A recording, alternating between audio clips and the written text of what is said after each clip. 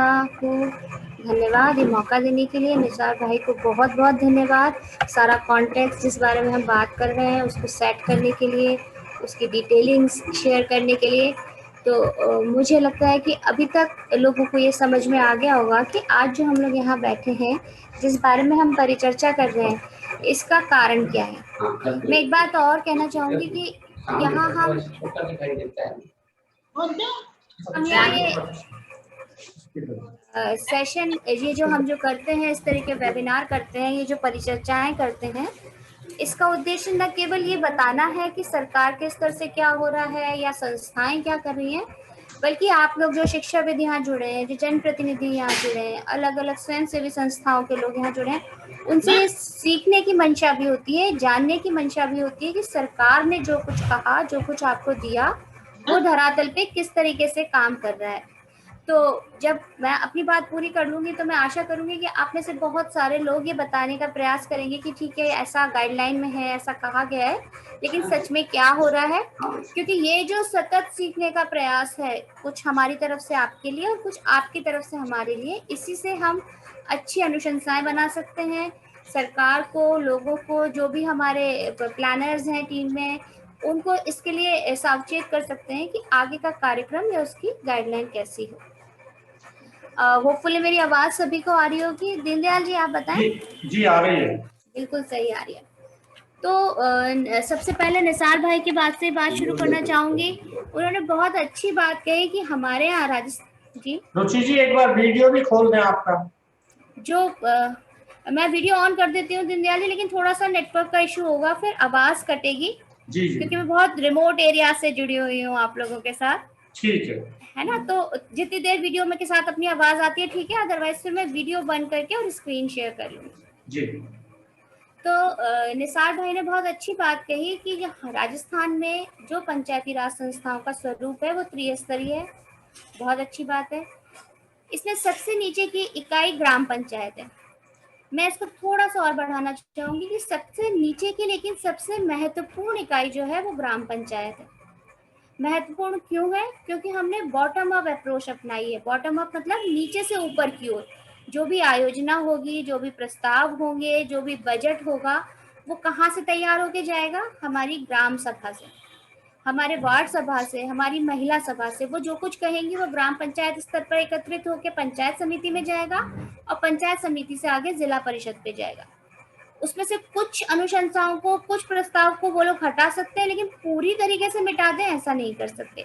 और मुझे लगता है कि आज का जो हमारा उद्देश्य है बात करने का, उसके पीछे भी कारण यही है कि यदि हम ग्राम पंचायत को सही तरीके से प्रशिक्षित कर सकें, सही तरीके से जागरूक कर सकें, उनको ये मंशा समझा सकें कि जेंडर संवेदी बजट क्या है, कैसे हम अपने बजट को, अपनी कार्य आयोजनाओं को जेंडर के मुताबिक बना सकते हैं, तो हमारा जो औचित्य है कि हमारा जीपीडीपी, जो हमारा पीपल्स प्लान कंप्लेन है, जो सबकी योजना सबका विकास है, उसके अंदर सहभागिता किस तरीके से सुनिश्चित हो जाएगी। तो ग्राम पंचायत जो सबसे नीचे की लेकिन सबसे महत्वपूर्ण और सबसे विस्तृत इकाई है, उसको समझने के लिए बहुत जरूरत है कि जेंडर क्या है। साथ के साथ उन्होंने ये भी कहा कि WCD जो डिपार्टमेंट है, मतलब महिला बाल विकास जो विभाग है, वो नोडल विभाग है। राजस्थान के अंदर इसको नोडल विभाग माना गया है जेंडर बजटिंग बनाने के लिए। तो देखिए वो लोग बहुत ज़्यादा उसके लिए प्रयास कर रहे हो। डिपार्टमेंट के लेवल पे मैं मान सकती हूँ, क्योंकि जेंडर सेल बन गया है सब जगह, एक नोडल ऑफिसर बन गया है हर विभाग के अंदर जो इस पर बात करेगा। लेकिन पंचायती राज संस्थाओं के साथ जुड़ने के लिए, ग्राम पंचायतें स्पेशली जनप्रतिनिधि के साथ जुड़ने के लिए बहुत ज़रूरी है कि पंचायतें पहले इसके लिए प्रयास करें कि उनके स्तर पे जो भी विभागीय अधिकारी कर्मचारी कार्य कर रहे हैं, उनका सामंजस्य क्या है, उनका आपकी बैठकों में योगदान क्या है, और जब आप आयोजना बना रहे हैं, जब आप बजट प्रस्तावित कर रहे हैं, तो क्या हम उनसे भी कोई सुझाव मांगते हैं? क्या हम उनसे डिस्कस करते हैं कि हमें किस तरीके से अपनी आयोजना को बनाना चाहिए कि वो जेंडर संवेदी बन जाए? तो मैं मुख्यतः इसी पर बात करूंगी, जेंडर संवेदी आयोजना बजट क्या है। निसार जी ने काफी डिटेल में उसके बारे में बताया, उसके मुख्य चरणों के बारे में थोड़ी डिटेल में बात करेंगे, और फिर हम इसके बारे में बात करेंगे पंचायतों की भूमिका क्या हो सकती है और कैसे उसका जुड़ाव बहुत ज़रूरी है जीपीडीपी के साथ, और साथ के साथ एसडीजी के बारे में भी मैं आपसे बात करूंगी, जो कि है अपने सस्टेनेबल डेवलपमेंट गोल, सहस्त्राब्दी के जो गोल हैं, मुख्य लक्ष्य हैं, जो कि सारे ही देश में विश्व के राज्य देशों द्वारा संग्रहित किए जाते हैं, उनको प्राथमिकताबद्ध किया जाता है, उनके लिए एक एग्रीमेंट होता है सभी देशों में कि हम अमुक ड्यूरेशन के अंदर, अमुक अवधि के अंदर इनको प्राप्त कर लेंगे, और उसके अंदर समाहित होता है सर्वांगीण विकास। वो हर स्तर पर है, मतलब ये जो वैश्विक एसडीजी हैं, उनका राष्ट्रीय स्तर पर क्या स्वरूप रहना चाहिए, राज्य स्तर पे क्या स्वरूप होना चाहिए, और अगर हम लोकल या स्थानीय स्तर पर बात करें तो वो किस तरह होगा। ठीक है, एक मिनट मुझे दें, मैं अपनी स्क्रीन आपके साथ शेयर कर सकूं। जी।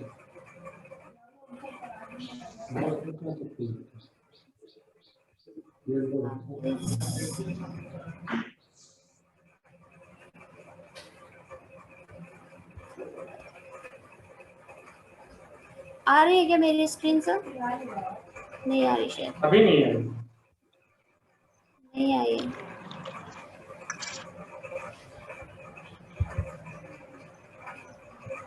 डेस्कटॉप से आनी तो चाहिए।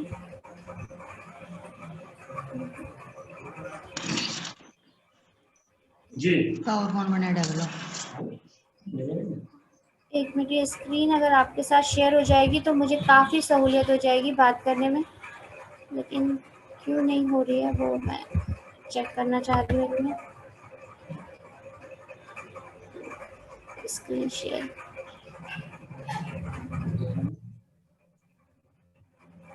फाइल्स,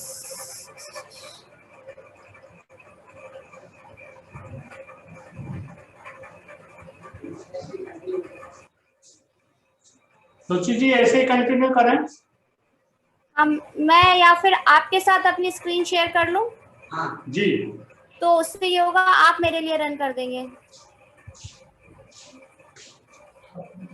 अब देखें, अब आ रही है स्क्रीन? आई सर स्क्रीन? हाँ, स्क्रीन आ रही है मैम।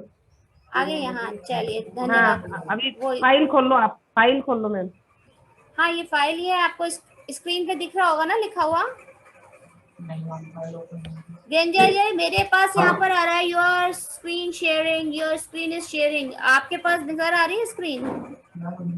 हमारे यहाँ पे नहीं आ रही, आप ही करेंगे। फोल्डर्स आ रहे हैं आपके, फोल्डर्स खुले हुए। फोल्डर्स खुले हैं तो मुझे लगता है खोल रहे हैं मुझे अभी तो।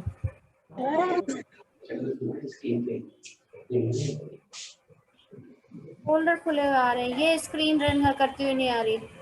अब देखें, नहीं, क्लिक कीजिए, अभी क्लिक नहीं हुआ उस पर। इसको स्टॉप करके देखिए। अब आया सर? जी जी, आ गया। ठीक है, वो मेरा कैमरा ऑन था, इस वजह से वो दोनों को नहीं ले रहा था। ठीक है, जी। तो यहाँ पे हम बात करेंगे जेंडर संवेदी बजट और पंचायतों की भूमिका के बारे में।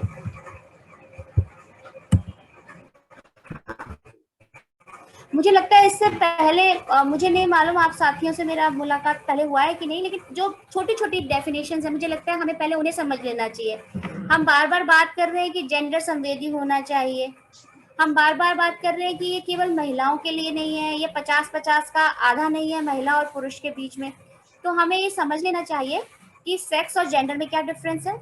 जैसा कि निसार भाई ने भी कहा कि हमारे संविधान में तो ये है कि महिला पुरुष समान है, लेकिन धरातल पर ऐसा नहीं है, हमारे समाज में ऐसा नहीं है। तो ये जो बीच का डिफरेंस है, जहाँ पर महिला और पुरुष को समाज में सांस्कृतिक या सामाजिक रूप से एक नहीं माना जा रहा, वही जेंडर है। और सेक्स जहाँ पर हम बात करते हैं महिला पुरुष की, आप सभी समझते होंगे वो बायोलॉजिकल है। जिस शरीर में, जिस तरीके से हमने जन्म लिया है, जिस योनि में हमने जन्म लिया, उसे हम सेक्स कहते हैं। लेकिन जेंडर जिसको कि समाज ने समान नहीं माना है, महिला का रोल अलग कर दिया है, पुरुष का रोल अलग कर दिया है, महिला की सहभागिता को अलग तरीके से मापा जाता है, पुरुष की सहभागिता को अलग तरीके से मापा जाता है। तो ये जेंडर रोल है, ये जेंडर का की असमानता है, जिसको जब तक हम नहीं मिटाएंगे, जब तक हम जेंडर संवेदी बजट का निर्माण नहीं कर सकते। अब दूसरी बात है कि जेंडर समानता और जेंडर समता में भी अंतर है। जेंडर इक्वालिटी अलग है और जेंडर इक्विटी अलग है। जो हमारा बजट है जेंडर संवेदी, वो जेंडर इक्विटी की बात करता है, जेंडर समता की बात करता है। जेंडर समानता अगर समाज में आएगी तो समता अपने आप आ जाएगी, लेकिन जिस स्थिति में वस्तु है उसी स्थिति में उसको मापा जाए, उसके लिए प्रयास किया जाए, उसे बेहतर बनाया जाए, वो समता है। मान लीजिए यदि समाज में 50% महिलाएं, 50% पुरुष है, पुरुष पूरी तरीके से शैक्षिक है रूप से स्वावलंबी है, पूरी तरीके से पढ़े हुए हैं, लेकिन महिलाएं नहीं पढ़ी हुई हैं, तो हम उनके लिए यदि कोई शिक्षा का प्रोग्राम बनाएंगे तो किस तरीके से बनाएंगे कि उन्हें समान अवसर मिले। तो पहले हमें प्रयास करना पड़ेगा कि जो 50% महिलाएं हैं वो भी पुरुषों के समकक्ष पढ़ सके। जब वो उतनी शैक्षिक हो जाए तब हम किसी योजना का प्रारूप पुरुष और स्त्री के लिए समान बना सकते हैं। ये होती है समता। तो हमें ये भी मानना पड़ेगा कि जो हमारा जेंडर संवेदी बजट है उसका आधार जेंडर समता है, बराबर के हिस्से पर महिला और पुरुष को लाना और फिर उनके लिए कार्यक्रम बनाना, उनका प्रभाव आकलन करना, उनके जो गैप आ रहे हैं, जो उनके बीच में दूरी आ रही है, उसको समझाना। और जेंडर ब्लाइंड पॉलिसी क्या है, और मतलब जो जेंडर को बिल्कुल क्या बोलना चाहिए, आंख बंद करके देखती है, जहां पर महिलाओं और पुरुषों के बारे में बात नहीं की जाती, उनकी भूमिकाओं के बारे में बात नहीं की जाती। सरकार एक प्रोग्राम बना देती है और उसे इम्प्लीमेंट करने के लिए दे देती है। और वहीं पे एक दूसरी तरह की नीति होती है जिसे हम कह सकते हैं जेंडर तटस्थ नीति। वो कौन सी नीति है?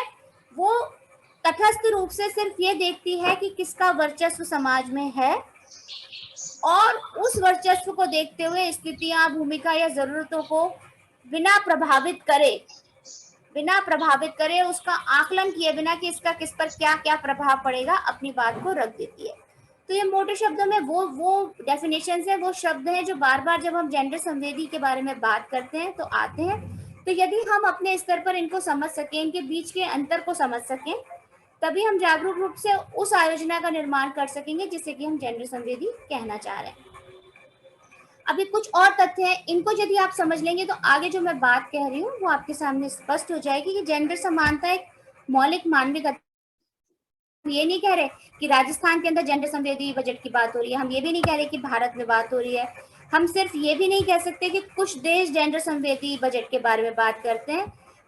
हम ये कह रहे हैं कि जो जेंडर समानता है, जो जेंडर इक्वालिटी है, वो एक ह्यूमन राइट है। यदि हम उसके बारे में बात नहीं करेंगे, मतलब जैसे सांस लेना, स्वतंत्रता से आगे बढ़ना, अपने हिस्से के आजीविका का चुनाव करना, अपने हिस्से की पढ़ाई करना, ये सब आपका मानव अधिकार है। हंसना, बोलना, खेलना, ऐसे ही जेंडर समानता भी एक ह्यूमन राइट है, एक मानव अधिकार है। ये जो सिद्धांत है, जैसा मैंने बताया था, ये सतत विकास लक्ष्यों में SDG 2030 एजेंडा हमने पाया है कि 2030 तक हम SDG के जो गोल हैं उनको प्राप्त करेंगे। और उसके जो SDG के गोल हैं, वो SDG के गोल ये भी कहते हैं कि हम जेंडर विकास को मेन स्ट्रीम करेंगे, मुख्य धारा में लाएंगे, महिलाओं को राजनीतिक आर्थिक निर्णय लेने की स्वतंत्रता देंगे। और इस दिशा के अंदर आगे बढ़ने के लिए भारत ने भी सभी तरीके के संसाधन, सभी तरीके के रिसोर्सेज अपने समुदाय में, अपने समाज में बांटने के लिए एक एग्रीमेंट साइन किया है कि हम जेंडर संवेदी अपने देश को बनाएंगे, वहां पर जेंडर समानता लाएंगे। इसके लिए हम विभिन्न देशों के साथ इस ट्रीटी पर साइन करते हैं। अब पंचायती राज संस्थाओं के बारे में यदि हम बात करते हैं तो भारतीय संविधान का जो 73वां संविधान संशोधन है, उसमें सामाजिक न्याय की परिकल्पना की गई है। अब सामाजिक न्याय क्या है? सामाजिक न्याय ये है कि महिला पुरुष समान हो, लड़के लड़कियों के बीच में विभेद नहीं हो, दोनों को समान रूप से संरक्षण मिले, दोनों को समान आजीविका के अवसर मिले, दोनों के पास समान वित्तीय अधिकार हो, दोनों के पास समान तरीके से आगे बढ़ने, स्वास्थ्य या शिक्षा का अधिकार हो। तो ये जो संविधान संशोधन है, जिसमें 73वां संविधान संशोधन पंचायती राज संस्थाओं से जुड़ा हुआ है और 74वां अर्बन जो लोकल बॉडीज हैं उनके साथ जुड़ा हुआ है। इसमें शक्ति संरचना में महिलाओं को समान अवसर पहुंचाना और उनकी भागीदारी को सुनिश्चित करना स्थानीय स्वशासन संस्थाओं की जिम्मेदारी है। जो लोकल सेल्फ गवर्नमेंट है, जो कि आप खुद हैं, उनकी जिम्मेदारी है कि महिलाओं को पहुंच को वहां बढ़ाएं और उनकी भागीदारी को सुनिश्चित करें। जब संविधान का 73वां संशोधन आ गया, इसके अंदर एक बात और कही गई, जो पंचायती राज संस्थाओं के लिए मैंडेट बनाया गया, संविधान के अनुसार जरूरी किया गया, वो था आर्थिक विकास, सामाजिक सुरक्षा एवं संरक्षण।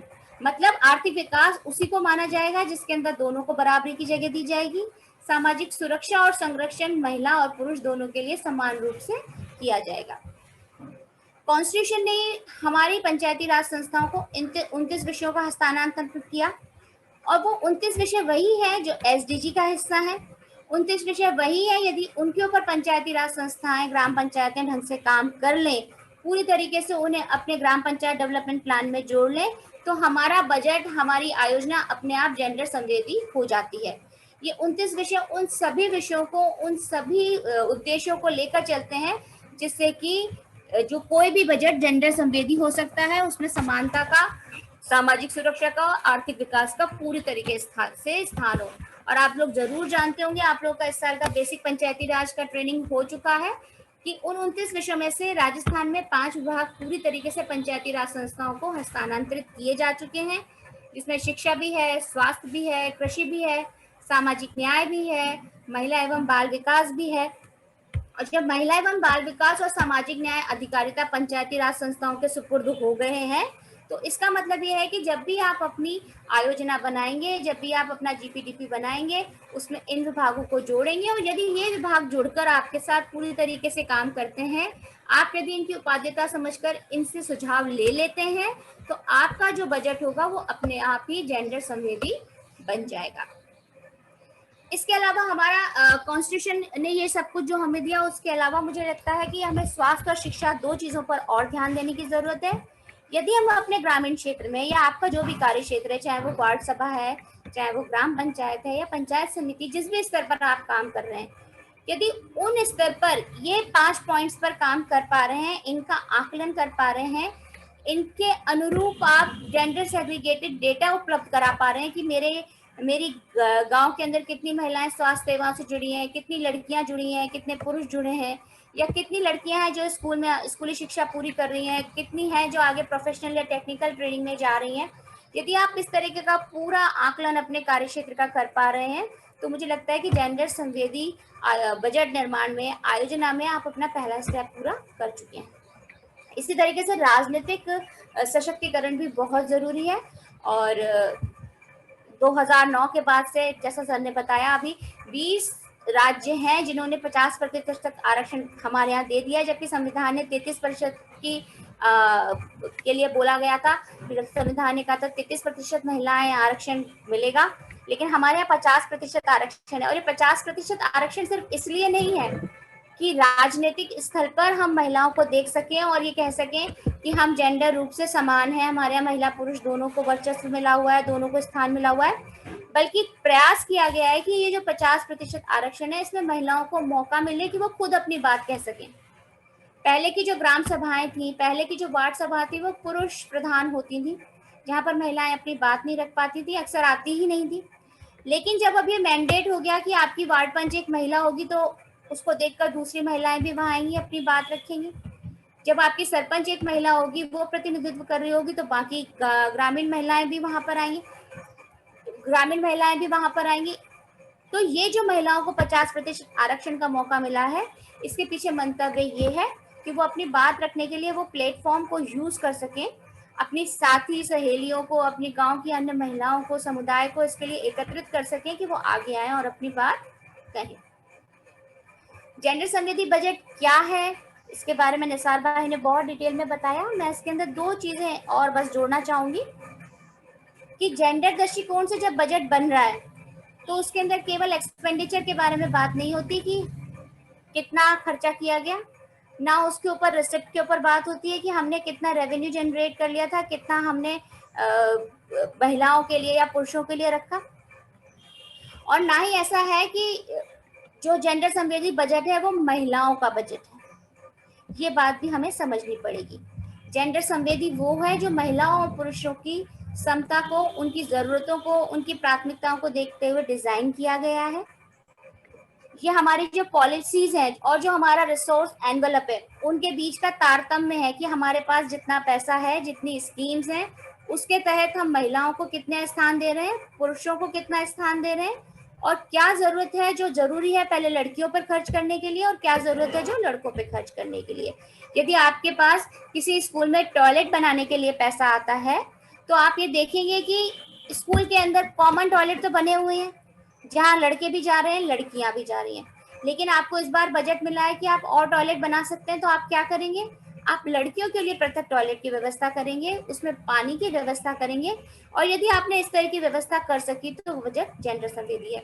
अगर सड़क के लिए आपके पास पैसा आया है, तो बहुत छोटा सा मैं आपको एक उदाहरण दूंगी कि हमारे यहाँ सड़क के लिए पैसा आया और हमने कहा कि ग्यारसी लाल के घर से लेकर घासी लाल के घर तक के लिए हमें एक सड़क का निर्माण करना है।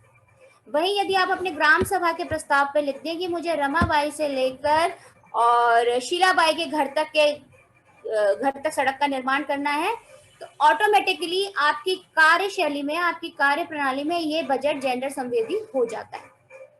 नाम का बदलाव सिर्फ एक द्योतक है कि आपकी अपनी सोच में महिला आने लगी, सिर्फ ये है कि हम ये मानने लगे कि ये जो घर है ये महिला का भी है। आपने देखा होगा सरकारी योजनाओं में जितने भी इस तरह के बेनिफिट्स हैं, लाभ हैं, चाहे वो भामाशाह है, चाहे ये आपके प्रधानमंत्री आवास वाली योजना, जितना भी है वो सब महिलाओं के नाम पर है।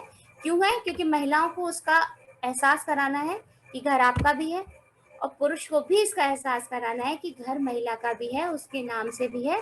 तो जब हम प्रस्ताव लेंगे, जब हम बात लिखेंगे, तो हम महिला को भी उस प्रस्ताव में उसके नाम को भी जगह देंगे।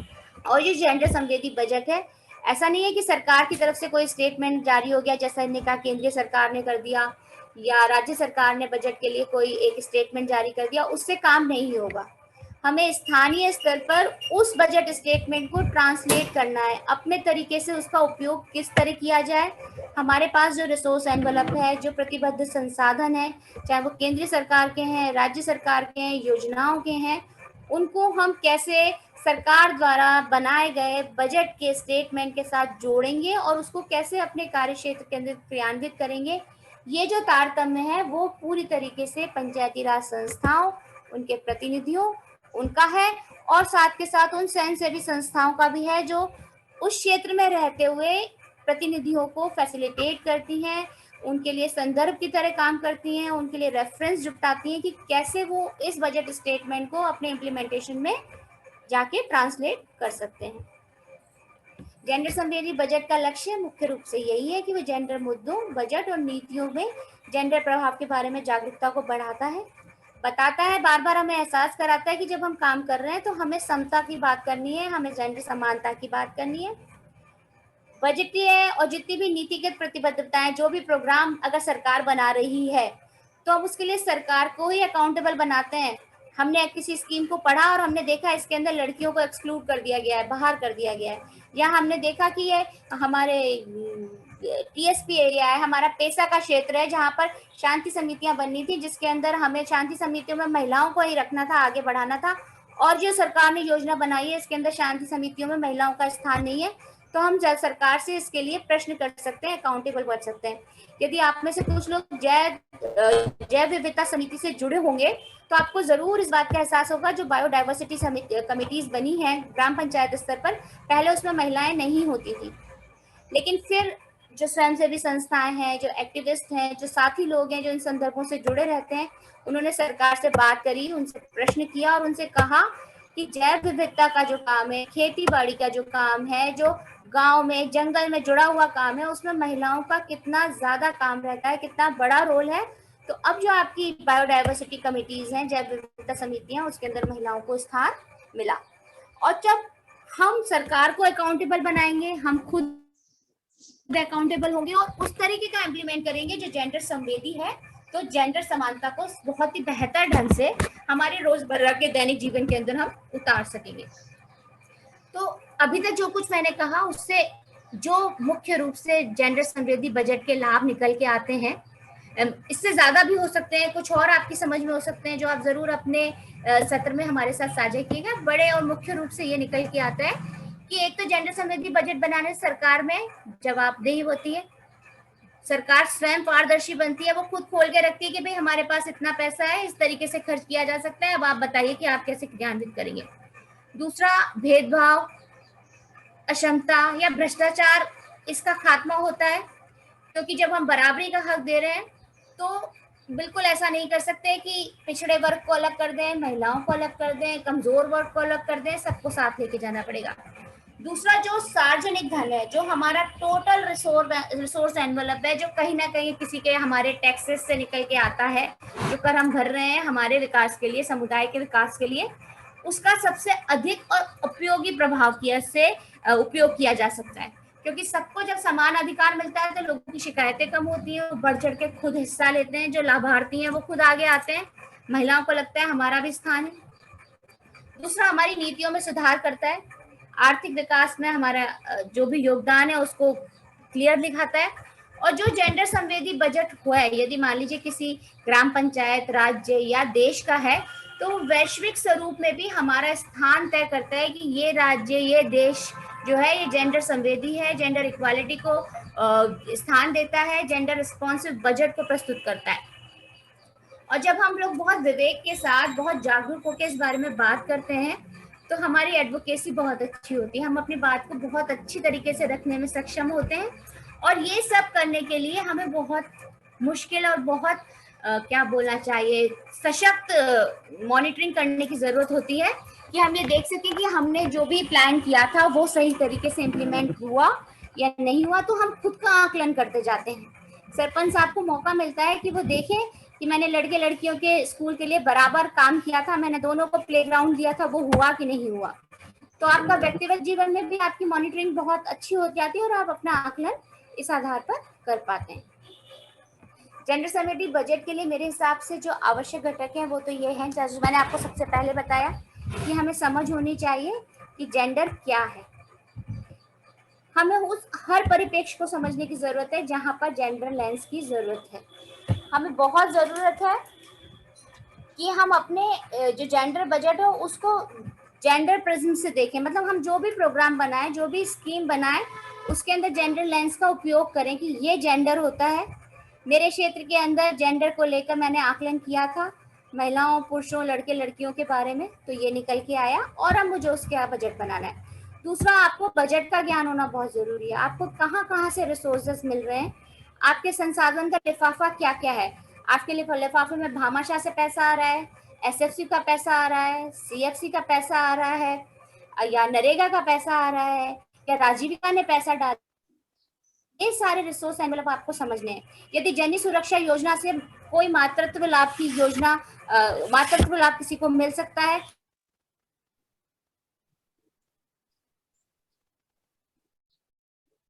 कार्यकर्ता के नाम पे कोई जॉइंट अकाउंट बना है, सरकार उसमें कोई टाइट फंड डाल रही है, तो कैसे मैं उसको अपनी आंगनबाड़ी को बेहतर बनाने के लिए, वहां पर लड़कियों या महिलाओं की सुविधाएं जुड़ाने के लिए जोड़ सकूं।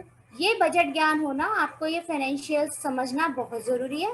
और दूसरा, जिस क्षेत्र में आप काम कर रहे हैं, जहां पर आप योजना का लाभ पहुंचाना चाह रहे हैं, वहां का आपको विशिष्ट ज्ञान होना बहुत जरूरी है कि यहाँ पर क्या समस्याएं हैं, यहाँ की सांस्कृतिक क्या व्यवस्थाएं हैं, यहाँ का सामाजिक सेटअप कैसा है। और उन सारी चीजों को देखते हुए आपको अपना आयोजना का निर्माण करना है। जेंडर संवेदी बजट और बजट प्रक्रिया के बारे में बहुत अच्छे से निसार भाई ने समझाया, मैं आपको वापस नहीं कहूंगी, लेकिन केवल आयोजना करना ग्राम पंचायत का काम नहीं है, ये मैं जरूर कहूंगी। आयोजना से लेकर उसकी निगरानी तक, उसकी मॉनिटरिंग तक हर प्रतिनिधि को जुड़ा रहना पड़ता है, ये बहुत जरूरी है। आप योजना बनाएं, उसका क्रियान्वयन फाइनली आपके पास ही आएगा। आप लोग प्लान प्लस, प्रियासॉफ्ट, इन सब के बारे में अब तक जान गए होंगे। तो जब तक वो पैसा वहां से पास होके आपके पास नहीं आएगा, आपका सेक्रेटरी आपको नहीं बताएगा कि इसके इम्प्लीमेंटेशन का इतना % आपको मिल गया है, तब तक काम पूरा नहीं होगा। और जब एक योजना बन जाए उसका मूल्यांकन करना बहुत जरूरी है। आप देख रहे होंगे जियो टैगिंग के थ्रू अब गवर्नमेंट सीधे हर स्टेजेस पे आपसे एक फोटोग्राफ मांगती है, एक सर्टिफिकेशन मांगती है कि आपने जो योजना बना के दी थी उसका क्रियान्वयन सही हो रहा है कि नहीं। तो बजट का ये जो चक्र है, जो साइकिल है, इसमें आप हर तरफ जुड़े हुए हैं, आयोजना से लेकर इसकी निगरानी तक, इसके ऑडिट तक। और वो ऑडिट फाइनेंशियल तो होता ही है, वित्तीय तो होता ही है, आजकल सामाजिक भी होने लगा है, और अब जेंडर ऑडिट भी एक मैंडेट बन गया है। दूसरा, जेंडर संवेदी जब आप बजट निर्माण करें उस समय टाइम का बहुत बड़ा महत्व है। जब आप सालाना अपना बजट बना रहे हैं, प्रस्तुत कर रहे हैं, उसी समय तक आप अपने क्षेत्र विशेष का आकलन कर लें सारी सूचनाएं एकत्रित कर लें। जैसे कि जब आप ग्राम सभाएं, वार्ड सभाएं रखेंगे, यदि आपके समुदाय के साथी खुद ही अपनी समस्याएं रखते हैं, बहुत बहुत ही अच्छी बात है, इस जागरूकता के लिए उन्हें साधुवाद है।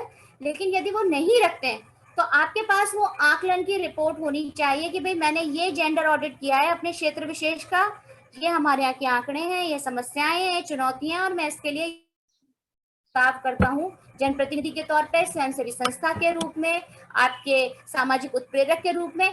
तो आपकी ग्राम सभा उस पर चर्चा कर कर अपनी बात को आगे बढ़ा सकती है।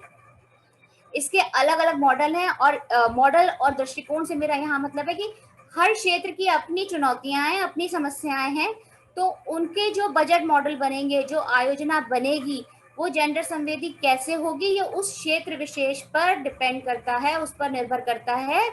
उदयपुर की बजट मॉडल को आप जोधपुर में लागू नहीं कर सकते, और जोधपुर वाला भरतपुर में काम नहीं कर सकता। तो बहुत जरूरी है कि हम इन सारी चीजों को समझें। कहीं पर आपका जैव विविधता अलग है, कहीं पर आपकी सांस्कृतिक मूल्य अलग है, कहीं पे आपको बाल विवाह पे काम करना है, कहीं शिक्षा कम है, कहीं लिंग विभेद बहुत ज्यादा है। तो हमें अपने क्षेत्र की समस्याओं का आकलन करके उसके हिसाब से अपने बजट को बनाना है, और उस बजट को जेंडर संवेदी करना है।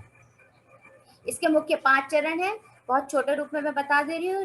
निसार भाई ने भी आपके साथ सहमत इसके बारे में बात करी। पहला चरण तो यही है कि अपने क्षेत्र विशेष में सभी की स्थितियों का आकलन करें, चाहे वो महिला, पुरुष, लड़के, लड़कियां, सभी को देखें।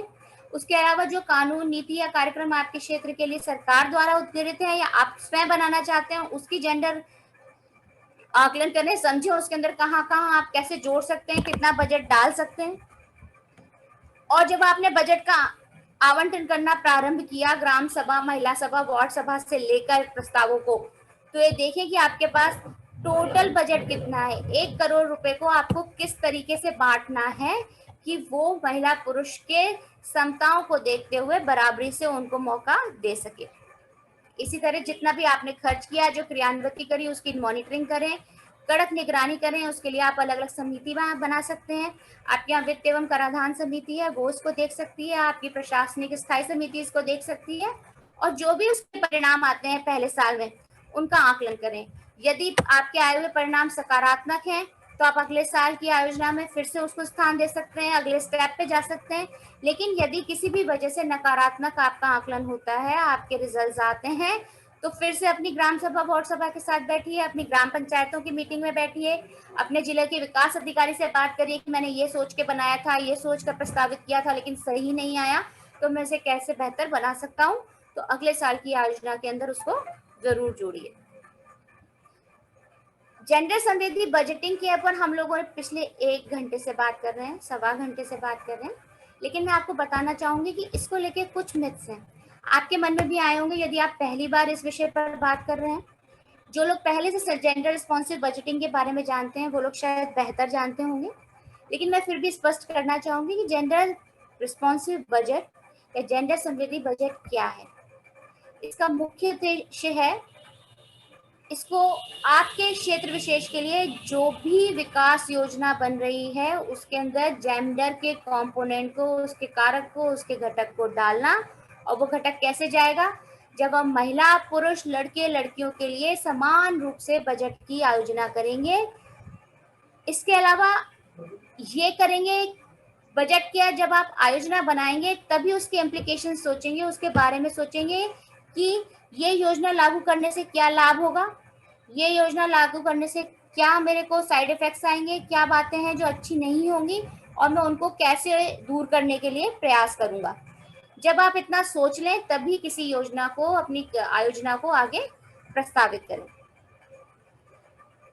इसके अलावा आपका जो बजट है, जो आयोजना है, वो तभी जेंडर रिस्पॉन्सिव होगी जब वो सभी की जरूरतों को पूरा कर रही है, किसी वर्ग विशेष की जरूरत को पूरा ना करे, किसी लिंग विशेष की जरूरत को पूरा ना करें, किसी आयु विशेष की जरूरतों को पूरा ना करें। हो सकता है कुछ योजनाएं केवल महिलाओं से संबंधित बनानी पड़े, हो सकता है कुछ योजनाएं केवल लड़कियों से संबंधित बनानी पड़े, हो सकता है कुछ योजनाएं केवल पुरुषों से संबंधित बनानी पड़े, लेकिन जो आपकी ग्राम पंचायत की पूरी आयोजना है उसके अंदर इन सभी को मौका मिले। आप अनुसूचित जाति को भी उसमें स्थान दें, डिफरेंटली एबल लोगों को भी उसमें स्थान दें, बच्चों को भी उसमें स्थान दें, और जब इन सबको आप स्थान देंगे तब आप कह सकेंगे कि मेरी आयोजना जेंडर रिस्पॉन्सिव है।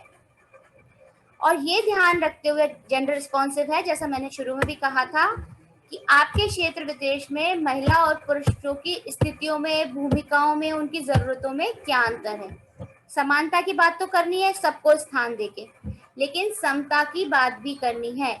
यदि अनुसूचित जाति वर्ग की लड़कियां केवल तीसरी क्लास तक स्कूल जाती हैं और दूसरी किसी जाति विशेष की लड़कियां 8वीं तक स्कूल जाती हैं, तो आपकी प्राथमिकता पहले अनुसूचित जाति वर्ग की लड़कियों को 8वीं तक की पढ़ाई में कैसे आगे बढ़ाया जाए, कैसे उनका ठहराव सुनिश्चित किया जाए, इसके लिए होना चाहिए। तब जाके आप सभी के लिए समान रूप से अवसर देने की बात कर सकते हैं। दूसरा, जब आप इसे केवल ये ना माने कि ये जो आपको जेंडर रिस्पॉन्सिव बजटिंग करनी है ये केवल आपसे संबंधित है, मेरा मतलब आपसे, आपके समुदाय से या आपकी ग्राम पंचायत या आपकी पंचायत समिति से संबंधित है। इस सब के लिए आपको अपने स्तर से इस तरीके के प्रस्ताव डालने हैं कि आप गवर्नमेंट को भी मोबिलाइज कर सकें। हो सकता है उन्होंने आपके क्षेत्र को नहीं समझा, उनकी समस्याओं को नहीं समझा, आपके 50 लाख रुपए सालाना बजट की घोषणा करी, लेकिन आपको लगता है कि मेरे क्षेत्र के अंदर मुझे जो कार्य करना है उसके अंदर 1.5 करोड़ रुपए खर्च होंगे, तो आपको इसके लिए भी सरकार को बार बार लिखना होगा, एडवोकेसी करनी पड़ेगी और उसको बांधना होगा कि नहीं, हमारे क्षेत्र के अंदर जरूरतें ये हैं। आप केवल हमें शिक्षा का पैसा मत दीजिए, शिक्षा तो ठीक है लेकिन कृषि ठीक नहीं है, हमें कृषि पर ज्यादा पैसा चाहिए। अब मैं आपको बता रही हूँ बहुत मैम आवाज गायब होगी। हेलो, आवाज नहीं आ रही मैम। दीनदयाल जी आवाज आ रही है? हाँ आ रही है, आ रही है। मैडम थोड़ा शॉर्ट कर दीजिए समय। आ रही आवाज आ रही। जेंडर संवेदी बजट क्या नहीं है, इसके लिए मैं बताऊंगी कि वो महिला और पुरुष के लिए अलग से कोई बजट नहीं है। जैसा नसार भाई ने भी कहा था, ये 50-50 का डिवीजन नहीं है कि 50% महिलाओं को दे दो, 50% पुरुषों को दे दो, या टोटल बजट में से जैसे कि है कि इन्होंने जीपीडीपी में 40% कह दिया कि महिलाओं के लिए आरक्षित कर दो। ये बिल्कुल भी ऐसा नहीं है। ये ऐसा है कि जितना भी बजट है उसके अंदर महिला और पुरुष दोनों को हिस्सा दो, जितनी जरूरत है उतना हिस्सा दो। और बिल्कुल भी ऐसा भी नहीं है कि सिर्फ महिलाओं को यदि हम बढ़ाते रहे, महिलाओं के बारे में बात करते रहे, तो वो जेंडर संवेदी हो जाएगा। हेलो जी जी बोलिए। जितना भी अपन ने अभी तक बात करी उसके अनुरूप, जैसा कि दीनदयाल जी कह रहे हैं, मैं सम अप करने के हिसाब से अपनी नेक्स्ट स्लाइड आपके साथ शेयर करती हूँ, जिसमें यह है कि पंचायतों की फिर इस सब को समझने के बाद भूमिका मुख्य रूप से निकल के क्या आती है। तो मुख्य रूप से, मोटे रूप से पंचायतों की भूमिका बनी प्रमोट करना, सभी वर्गों को समानता के साथ, सभी लिंग को, सभी आयु वर्ग को, फिर उसे फैसिलिटेट करना, क्योंकि सरकार के बीच में, समुदाय के बीच में आप ही कड़ी के रूप में काम कर रहे हैं। आप ही हैं जो समुदाय की जरूरतों को ऊपर तक लेके जाएंगे, और आप ही हैं जो भी रिसोर्सेज, जो भी संसाधन आपको मिले उन्हें ले जाकर समुदाय में ट्रांसलेट करेंगे। और उसके बाद चूंकि आपकी भूमिका निगरानी तंत्र के रूप में भी है, आप मॉनिटरिंग भी करेंगे, आप इम्पैक्ट प्रभावों का आकलन भी करेंगे, तो इंश्योर करेंगे। तो बहुत छोटे रूप में पंचायतों की भूमिका जेंडर संवेदी बजट में हो गया, उसको प्रमोट करना, उसको फैसिलिटेट करना और उसको इंश्योर करना। जो जीआरबी है, जो जेंडर रिस्पॉन्सिव बजट है, उसका प्रभाव तभी सबसे अच्छा पड़ता है जब वो सरकार के नेतृत्व में हो, जैसा कि है कि केंद्रीय राज्य सरकार ने एक आपको स्टेटमेंट दे दिया और आपने ट्रांसलेट कर दिया, लेकिन उसका संचालन समुदाय के द्वारा हो।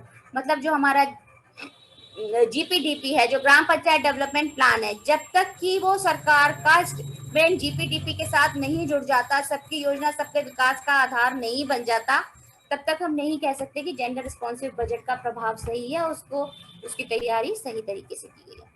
दूसरा, जो जेंडर रिस्पॉन्सिव बजट है, इसके बारे में बार बार अलग अलग टुकड़ों में बात करने की जरूरतें खत्म हो जाएंगी, तब हम कह पाएंगे, मतलब जब जेंडर मेन स्ट्रीमिंग हो जाएगा। ये जो बातें हैं, मतलब हर बार हम इस लेंस के साथ इसको देखते चले, लेकिन हमारे कार्य व्यवहार में जब ये जुड़ जाएगा कि यहाँ कोई अंतर नहीं है, हमें समानता की बात करनी है, समता की बात करनी है, हमारे हर देखने के नजरिए में, हर कार्य में जुड़ जाएगा, तो ये मुझे लगता है कि जब इंस्टीट्यूशनलाइज हो जाएगा, संस्थागत बन जाएगा, तब हम कह पाएंगे कि जेंडर रिस्पॉन्सिव बजट है। और ये सब करने के लिए निगरानी बहुत जरूरी है। निगरानी तंत्र के रूप में पंचायतों की भूमिका क्या है वो आप अब तक समझ ही चुके हैं, क्योंकि आपके क्षेत्र विशेष में, आपके कार्य क्षेत्र में सिर्फ और सिर्फ आप काम कर रहे हैं, आपकी समस्याओं को आगे लेकर जाते हैं, आपके संसाधनों को इन तक लाते हैं, उसके प्रभाव को आकलित करते हैं। इसके अलावा जितना भी आपने अपने क्षेत्र का आकलन किया है, जो भी अनुसंधान किया है, रिसर्च किया है, उनकी जरूरतों का, उसके आधार पर नीतियों का निर्माण करवाना, उनके लिए एडवोकेसी करना आपकी भूमिका है। दूसरे लोग हमारे पहल को मोबिलाइज कर सकते हैं, फैसिलिटेट कर सकते हैं। जैसे मैंने कहा कि जो भी गैर सरकारी संस्थाएं हैं, इनसे अच्छा उत्प्रेरक कोई नहीं है, इनसे अच्छा फैसिलिटेटर कोई नहीं है, लेकिन जो सतत प्रयास करने हैं, जो संगठित प्रयास करने हैं, वो समुदाय से आने चाहिए, ग्राम सभा, वार्ड सभा या महिला सभा से आने चाहिए और आपके अपने होने चाहिए। जेंडर ऑडिट के बारे में पहले भी मैंने बात करी, वो आपकी वित्त व कराधान समिति, जो स्थायी समिति, आप उसके द्वारा कर सकते हैं।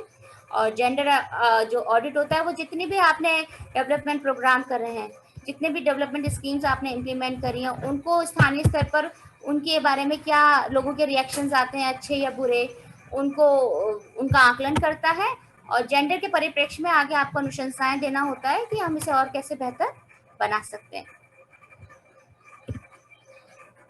इसके अलावा एक अपने पास बात महिला सभा की भी आई थी। सर ने बताया कि अगस्त 2019 में एक ऑर्डर आया है कि किसी भी तरह की ग्राम सभा के पहले हम महिला सभा के बारे में बात करेंगे। तो मैं बताना चाहूंगी कि सबसे पहले इसका ऑर्डर 2012 में आया था, जिसके अंदर ये कहा गया था कि हम महिला सभा करेंगे और महिला सभा में हम इस बारे में बात करेंगे कि महिलाओं की समस्याएं क्या हैं, और साथ ही साथ महिलाएं इस पर भी सुझाव देंगी कि उन्हें अपने क्षेत्र में या अपने स्वयं के विकास के लिए, अपनी चुनौतियों के लिए कौन कौन सी जरूरतें हैं। और फिर उस महिला सभा के ऑर्डर को 2019 में फिर से महत्व देते हुए रखा गया।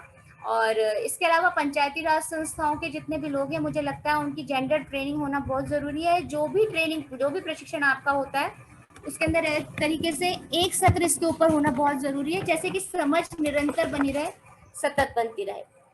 महिला शक्ति समूहों के बारे में भी आपको बताया निसार जी ने, वो वहाँ जरूर है, जो कि वायलेंस के ऊपर को खत्म करने के लिए महिलाओं की सामाजिक सुरक्षा एवं संरक्षण पे कार्य कर रहे हैं। महिला एवं बाल विकास द्वारा निदेशालय चलता है महिला बाल अधिकारिता का, जहाँ ये महिला सलाह एवं सुरक्षा केंद्र तो है ही। इसके अलावा राज्य जिला स्तर पर आपके वन स्टॉप सेंटर्स भी हैं क्राइसिस मैनेजमेंट के लिए, जहां आप जा सकते हैं। इसके अलावा यदि किसी भी कार्यस्थल पर, भले ही वो नरेगा का कार्यस्थल हो, पंचायत का हो, स्कूल पे यदि कोई यौन उत्पीड़न की घटना है, तो आप उसके लिए भी वहां जा सकते हैं, उस पर भी शिकायत कर सकते हैं। और जो पिछले बार सरकार ने नया कदम उठाया है वो बाल सभा का है। जैसे महिला सभा होनी है ग्राम सभा के पहले, वैसे बाल सभा भी होनी है, जैसे उस एज ग्रुप के उस आयु वर्ग के लड़के लड़कियों की समस्याएं भी आगे उठकर आए और उनको ग्राम सभा के अंदर स्थान मिल सके। धन्यवाद। मैं अपनी बात को यहीं विराम दूंगी। धन्यवाद दीनदयाल जी, मौका देने